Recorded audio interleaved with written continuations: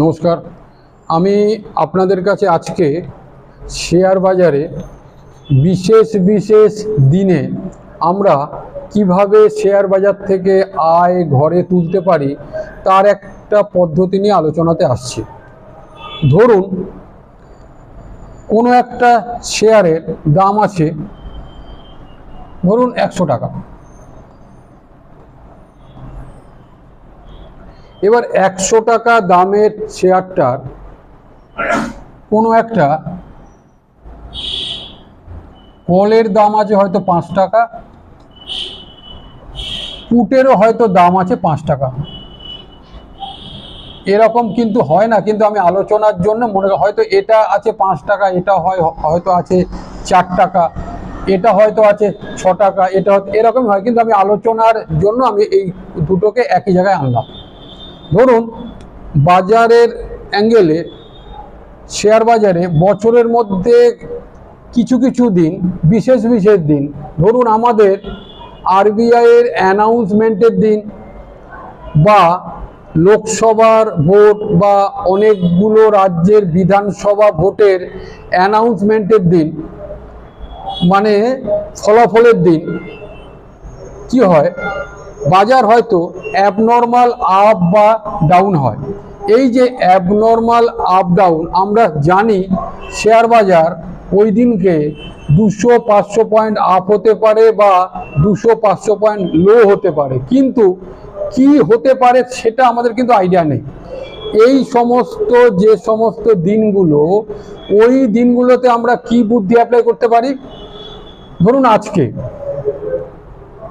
আজকে সকালবেলায় 9:15-তে market open হলো, বা কালকে এমন একটা কিছু ফলাফল আছে, মার্কেট কালকে কোনো অ্যাবনর্মাল আপ ডাউন হওয়ার সম্ভাবনা আছে, হয় খুব আপ হতে পারে, না হলে খুব লো হতে পারে, কিন্তু আমরা জানছি না কি হতে পারে বা মানে কি হবে।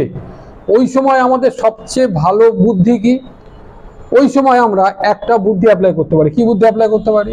ধরুন কোনো শেয়ারের দাম আছে 100 টাকা, তার বাজারে কলের দাম আছে 5 টাকা, তার বাজারে পুটেরও দাম আছে 5 টাকা। আমরা কি করব?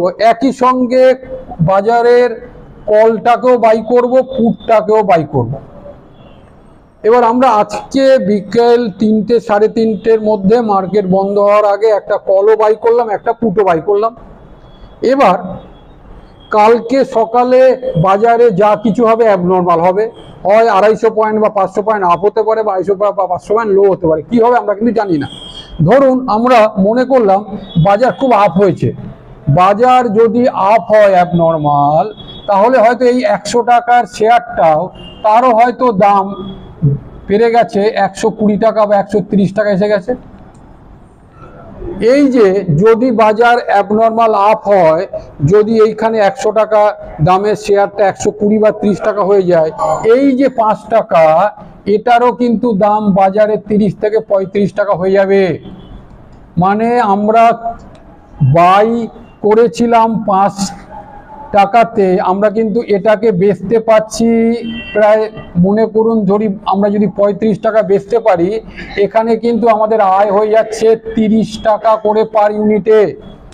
আর এই যে 5 টাকার পুট আমরা কিনেছিলাম, এর দাম হয়তো ওই সময় হয়ে গেছে 1 টাকা, মানে এখানে আমাদের 5 - 1 = 4 টাকা লস হয়, আর এই দিক থেকে আমাদের 30 টাকা আয় হয়।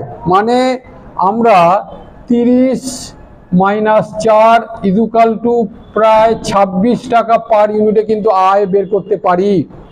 আবার যদি আমাদের একটু আগে যে আলোচনা করলাম যে মার্কেটটা বেড়েছে, ধরুন মার্কেটটা বাড়েনি, মার্কেটটা সেই অনুযায়ী আবার অনেকটা পড়ে গেছে, হয়তো ওই দিনকে এমন কোনো খবর এসছে মার্কেট হয়তো অনেক পড়ে গেছে, এই 100 টাকার শেয়ারটার হয়তো দাম হয়ে গেছে 80 টাকা বা 70 টাকা বা 75 টাকা, যাই হোক। যদি এই রকম ভাবে অ্যাবনর্মাল ভাবে শেয়ার বাজার পড়ে যায়, তাহলে এই যে 5 টাকা দামের যে পুটটা আমরা কিনেছি, এটার দাম ওই সময় বাজারে হয়ে যাবে 35 টাকা বা 30 টাকা। মানে আমরা কিনেছি 5 টাকাতে, বেচতে পাচ্ছি 35 টাকাতে, এখান থেকে কিন্তু আমাদের 30 টাকা আয়।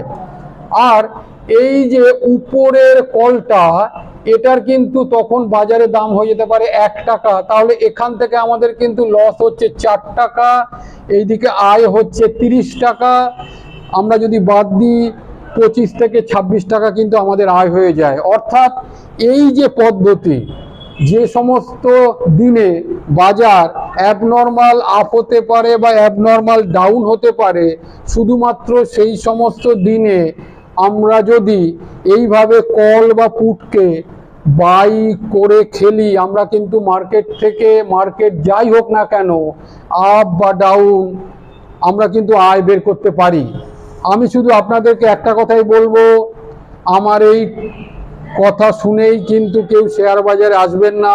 ভালো করে অপশানের ব্যবহারটাকে শিখবেন, প্রয়োজনে আমার সঙ্গে যোগাযোগ করবেন, শিখবেন, বুঝবেন, মার্কেটের সঙ্গে ডেমো করবেন, তার বাদেই কিন্তু অ্যাজ এ ট্রেডার মার্কেটে আসবেন। নমস্কার।